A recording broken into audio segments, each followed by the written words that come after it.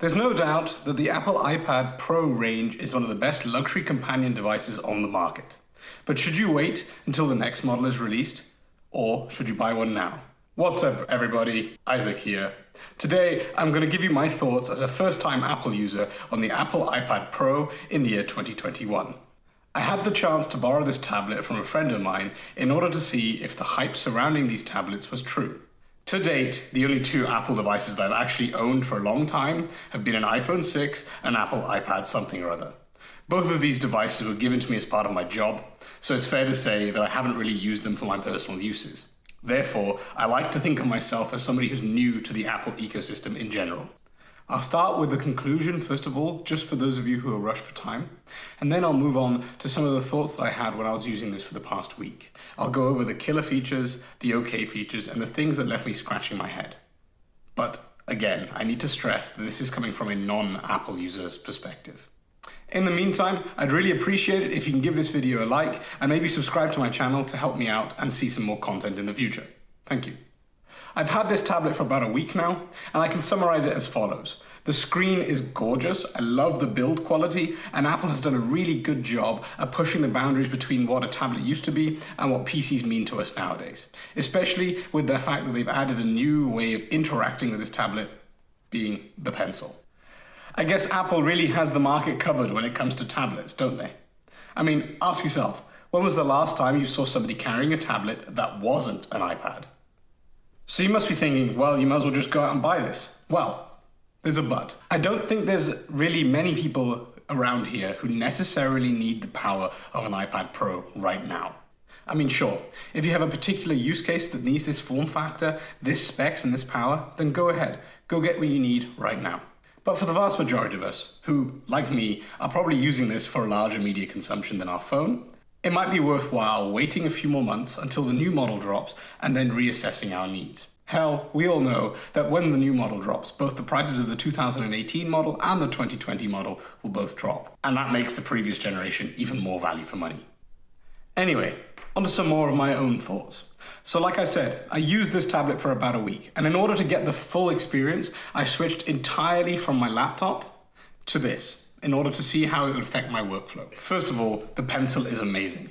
I love how precise and responsive it is. I haven't even tried it on the paper-like screen protector, which, so far as I've heard, makes it feel even better. When I first saw the device, I was shocked at how thin and light it was, and therefore my initial reaction, based on other technology that I've used, I thought that the battery would suffer.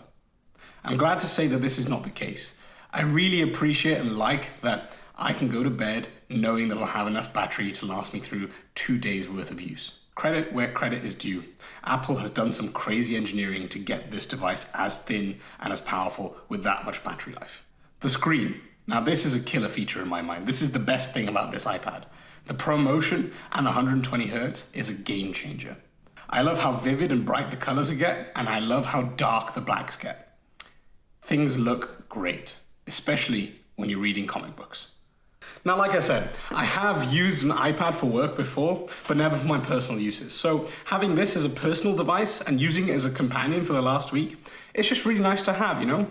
I like using it in the kitchen when I'm trying to look up recipes or follow along on tutorials on how to cook. And I just love being able to be on the sofa and reach over and pick up the iPad rather than having to get up, sit up, and use the laptop.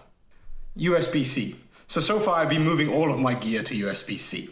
And I really look forward to the day where I can just charge all of my devices using one cable, and I can link all my devices to my PC using one cable. Traveling will be so much easier, especially once we're out of COVID. For such a thin form factor, the speakers on this model are amazing. They're super crisp, and I'm surprised at how loud they can get. And finally, the design. I think everybody agrees that the new design range and language that Apple has been using lately is fantastic. I really like the industrial look and feel of this tablet, and I hope that any new model continues this trend. Okay, now we'll talk about the okay features. Like I said, I haven't really been using Apple for long. In fact, the last week is probably the most I've ever put into using an Apple device, period. So coming from a Windows and an Android user, getting used to iOS took a bit of time. There are some things that I don't like and some things that I really like, but given time, I think I could get used to it. I find the GUI interface brilliant. I like the uniformness of the material design, but I hate the fact that every single app is on the home screen at once and that there's no app drawer. Next, the camera and microphone were decent. I probably won't go around filming or taking photos using the iPad as my main device, but that's mainly due to its size. The microphone was okay, but then again, I'm no professional. Hell, most of the time I forget to turn this microphone on and I have to retake this video. Things that left me scratching my head. The file manager sucks. This device is marketed to professional users who have professional needs. So why doesn't it have a fully fledged file management system? Why does it always default to the iCloud drive? That makes no sense. If Apple truly wants all their professional users to only use this device, then it needs to give them a fully functioning file management system. Other interesting things that just frustrated me. The Apple Pencil is so good, but then there are some things that I cannot do, such as opening the iPad. That seems like such a basic feature. Why can't I do that? I have to use my finger and swipe up in order to put my password in? Huh? And then why can't I go back to the main screen when I'm in an app using the pencil? Again, I've got to change to my finger and swipe up from the bottom to go back. I should be able to do this with the pencil. iOS has a lot of repetitive features and a lot of repetitive menus. Has anybody else noticed this? It just seems to take forever to get to your settings and back out. And then finally, something that isn't really gonna change ever, unfortunately, is the price. The price of this product, even secondhand right now, is still prohibitive for the average consumer. And this isn't something that Apple's going to change, but for me, it leaves me scratching my head, especially seeing as it's so good. So in summary, if you absolutely need this form factor and power right now, then go ahead, buy the Apple iPad Pro in 2021. Whether it's the 2018 model or 2020 model, I don't think there's too much difference.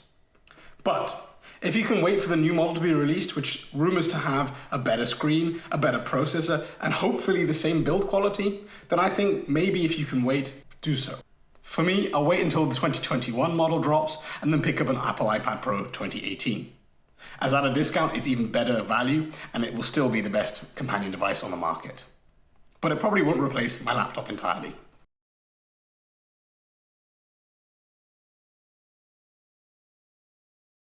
Dio mio.